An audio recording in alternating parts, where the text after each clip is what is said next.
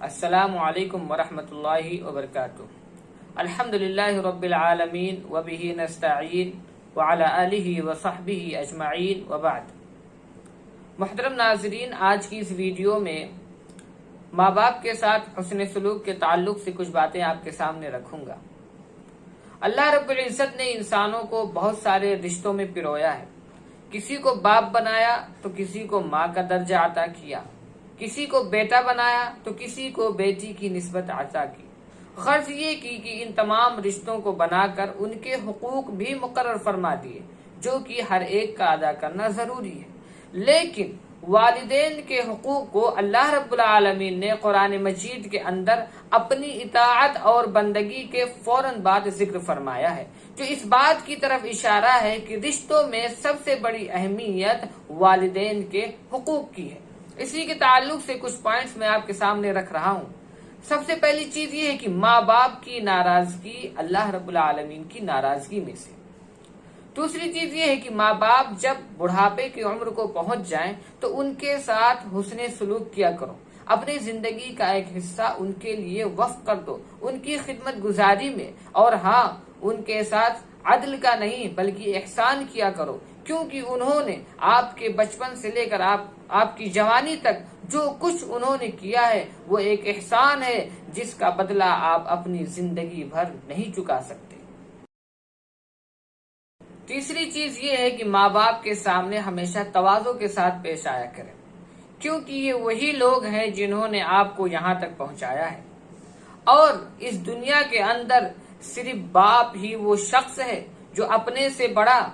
سے بڑے مرتبے پر، اپنے سے بڑے ہائی پوسٹ پر اگر کسی کو وہ دیکھنا چاہتا ہے تو وہ صرف اس کا بیٹا ہے۔ چوتھی چیز یہ ہے کہ جب ماں باپ کوئی بات کہیں تو اسے غور سے سننا چاہیے، انہیں اگنور نہیں کرنا چاہیے کہ وہ آپ کے کسی کام کے نہیں، کیونکہ یہی وہ لوگ ہیں جنہوں نے آپ کو کام کے لائق بناتے بناتے آج خود اس حالت میں آپ کو نظر آ رہے ہیں کہ وہ اب کسی کام کے نہیں ہیں۔ پانچویں چیز یہ ہے کہ والدین سے ہمیشہ مسکراتے ہوئے بات کرنا چاہیے، ہمیشہ شکوہ شکایت نہیں کرنی چاہیے، کیونکہ نہ جانے والدین کس مصیبت سے گزر رہے ہوتے ہیں۔ وہ بس صرف ہماری خوشی کے خاطر ہم سے چھپائے ہوئے رکھتے ہیں، وہ باہر ذلت صرف اسی لیے برداشت کر لیتے ہیں تاکہ گھر کے اندر وہ جن کو چھوڑ کر گئے ہیں وہ لوگ عزت کی زندگی گزار سکیں۔ چھٹی چیز یہ ہے کہ والدین کے حکم کی تابع داری کریں، ان کا جو بھی جائز مطالبہ ہو اس کو پورا کیا کریں، کبھی بھی اپنی کمائی کا شکوہ نہ کریں، کیونکہ والدین کبھی بھی آپ کے اوپر بوجھ نہیں ڈالیں گے، اور یہی وہ والدین تھے جنہوں نے اپنی زندگی میں اپنی تمام خواہشوں کو بالائے طاق رکھ کر صرف آپ کی خوشی کے خاطر انہوں نے ہر وہ چیز مہیا کرائی جو آپ کی خواہش میں تھی۔ ہم بچپن میں ہوتے ہیں یا 15-16 سال کی ایج تک ہم کو لگتا ہے کہ ہم بھی مالی اعتبار سے امیر انسان ہیں، لیکن دھیرے دھیرے ریئلائز ہوتا ہے کہ نہیں، ہم بھی ایک مڈل کلاس فیملی سے تعلق رکھتے ہیں، لیکن ہمیں یہ ریئلائزیشن اتنی بعد میں اس لیے ہوتی ہے کیونکہ یہ ہمارا باپ ہوتا ہے جو ہمیں اس بات کا احساس نہیں ہونے دیتا۔ ہمارے لیے ہر وہ چیز سامنے ہوتی ہے جن کی خواہش ہمیں ہوتی ہے۔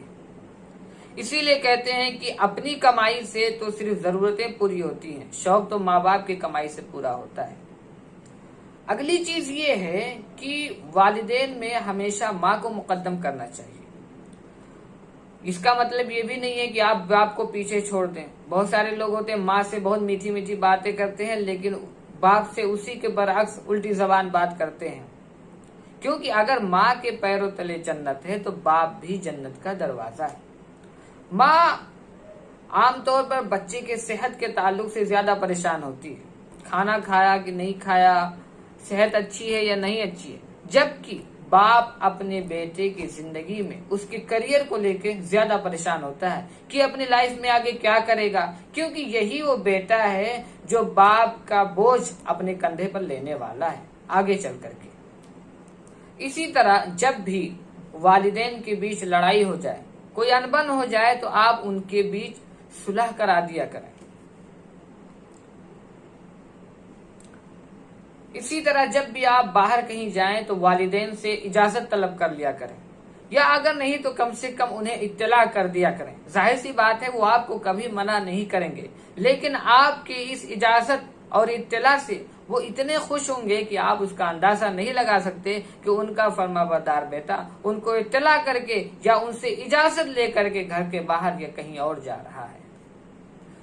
یہ کچھ باتیں تھی والدین کے تعلق سے جو میں نے بالاختصار آپ کے سامنے پیش کی ہیں۔ آخر میں اللہ رب العزت سے دعا ہے کہ بار الہ ہمیں ان تمام باتوں پر عمل کرنے کی توفیق عطا فرمائے، آمین۔ وآخر دعوانا ان الحمد للہ رب العالمین، والسلام علیکم ورحمۃ اللہ وبرکاتہ۔